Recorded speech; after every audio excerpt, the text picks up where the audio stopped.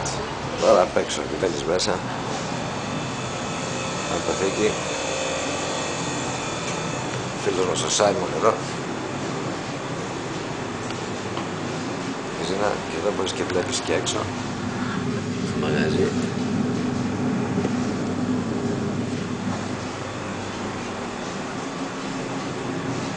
Ο πάγκος που σερβίρουμε και εγώ εδώ που φτιάχνω δικά.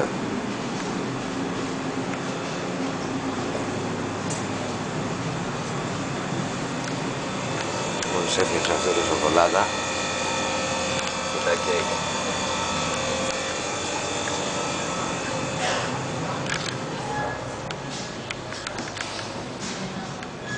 Και εδώ είναι όμορφος. Ωπω φάτσα.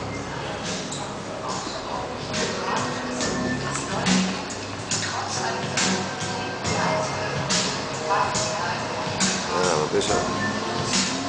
Κοίτα μηχανή. Απ' έξω.